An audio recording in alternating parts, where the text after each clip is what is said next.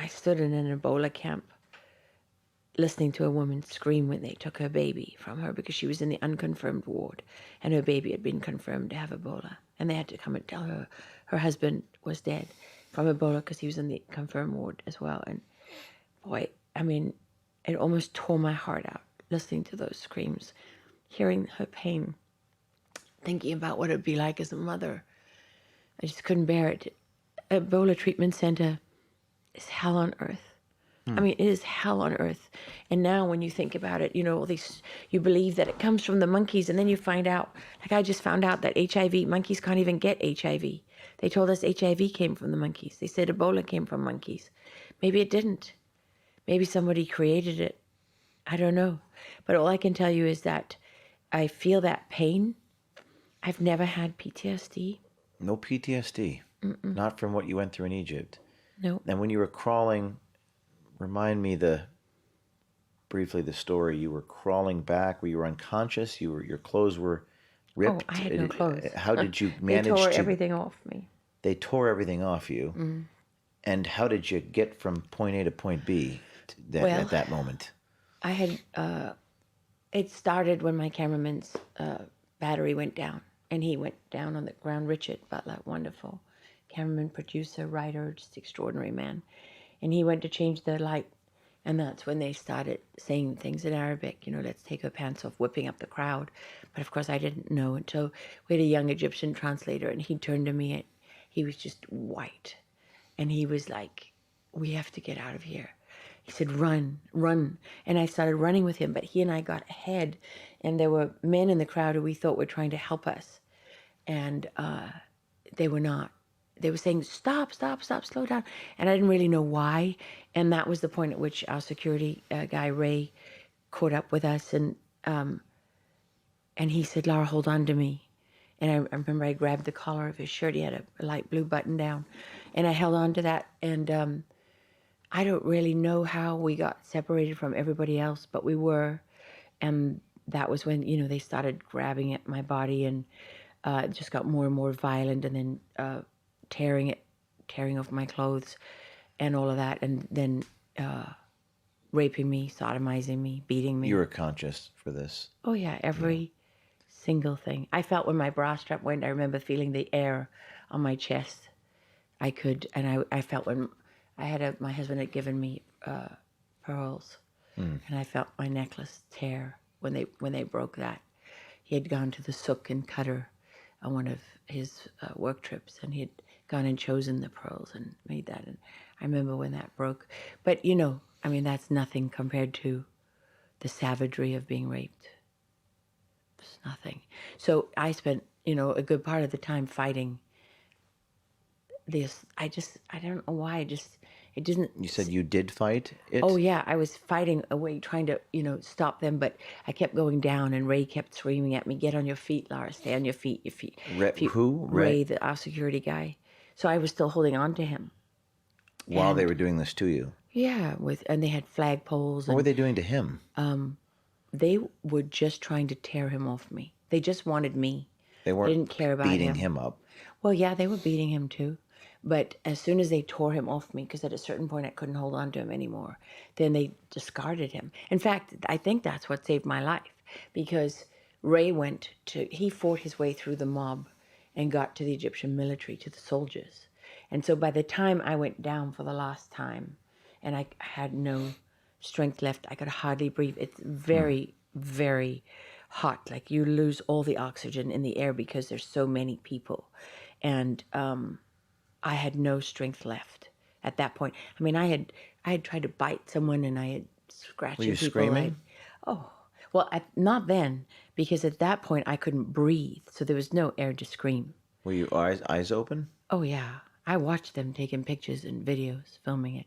There's videos of this. Yeah, you can. I have photographs. I have them on my phone. You can of this happening to you. Because I watched the 60 Minutes interview with you about it later. They didn't use the pictures. And how long ago, when was that compared to the incident? You know, I can't remember if it was, no, it was a few weeks, maybe a month. But go to the moment when you were crawling or yes, you were that escaping? Was when, that's when I went down and I'm being dragged That's what you're thinking of. They're dragging me because they're fighting for you. These men are fighting. They all Right. want a piece of your body. They're trying to tear my scalp off my head. They're trying to tear out my limbs, trying to strip your skin off. I had blood marks. You could see their fingernails in blood marks across my chest. They try to tear my breasts off my chest. So it's savage, right? And it's Yeah. chaotic. It's totally chaotic. But then at that point, when I went down and people are dragging you, and then I was dragged into a part of the square where there were Egyptian women and children. And then the men, their sons and, their relatives, jumped up to protect them.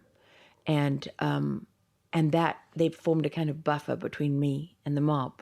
And the mob backed off, not from me. They backed off from the women and children, their own, And so that at that point, I think I still had my boots on, and I have fragments of my clothing, and they're screaming, and I'm like a.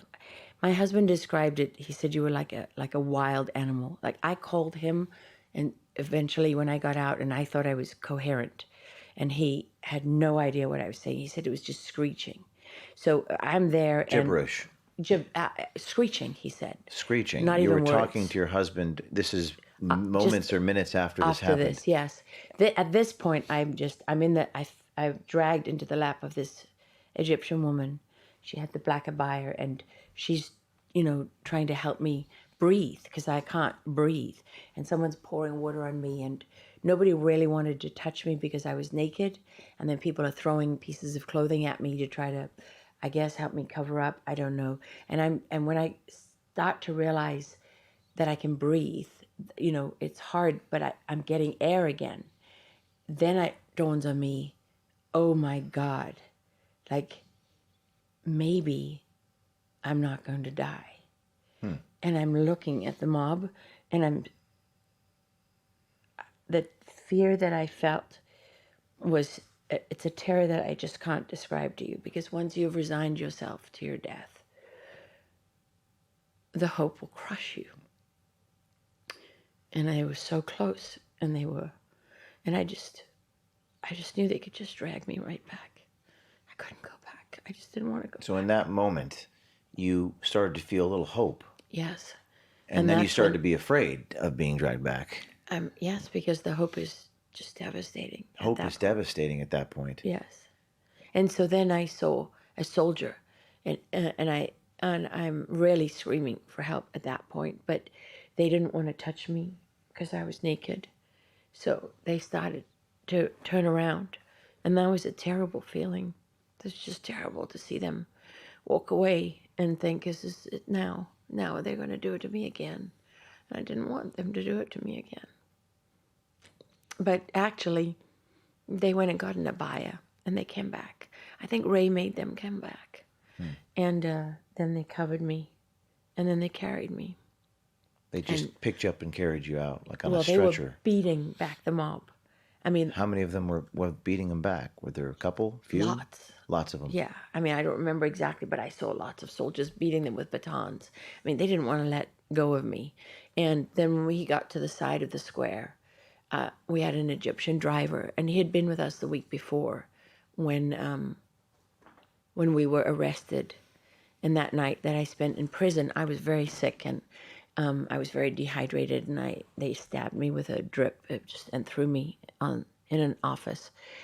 But this gentleman, I won't say his name just to protect him, but they beat him very badly in detention that night. And he came back. When we came back a week later, he came to work for us again. And I said to him, they could kill you this time. Are you sure you want to do this? And he said, it's the greatest honor of my life to do this with you. Never forget that he said that. It was when I landed at the airport that night. And Why do you think he said that?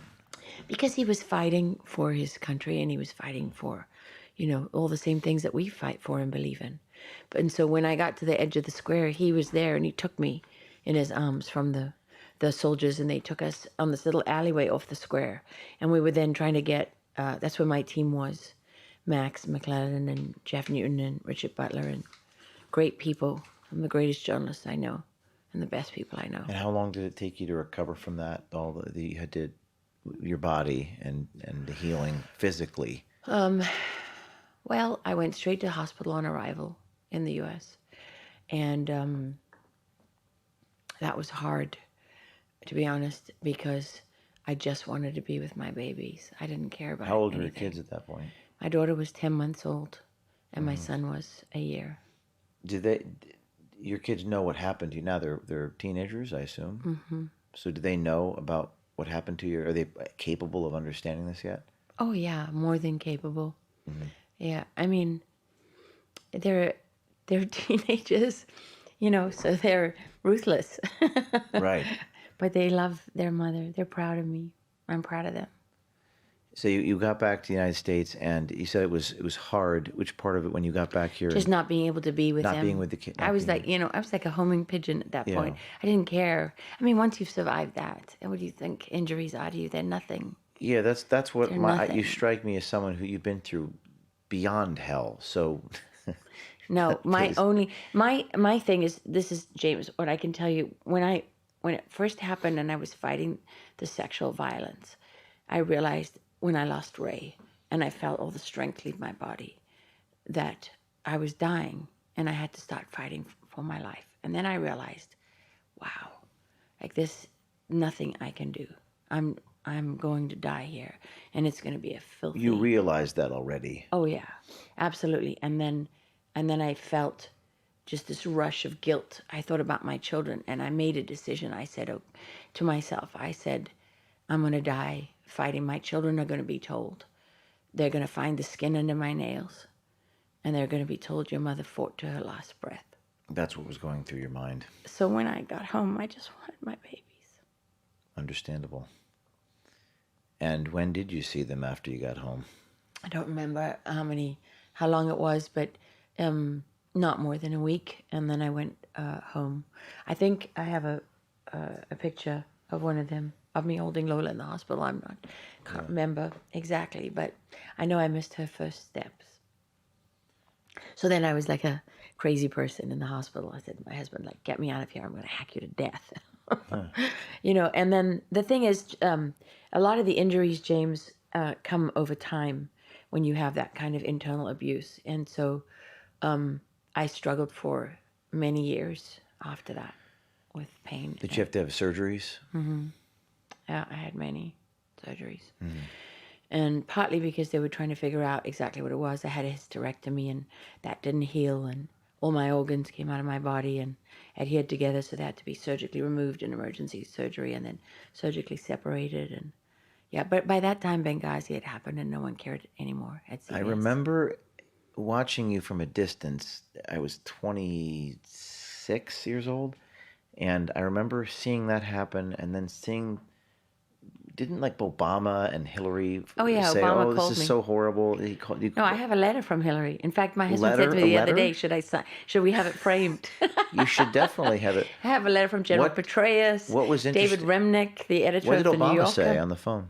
Well, it's funny because I didn't want to take any calls. And one of my very best friends in the whole world for us, Ibrahim al-Samurai, he's Iraqi.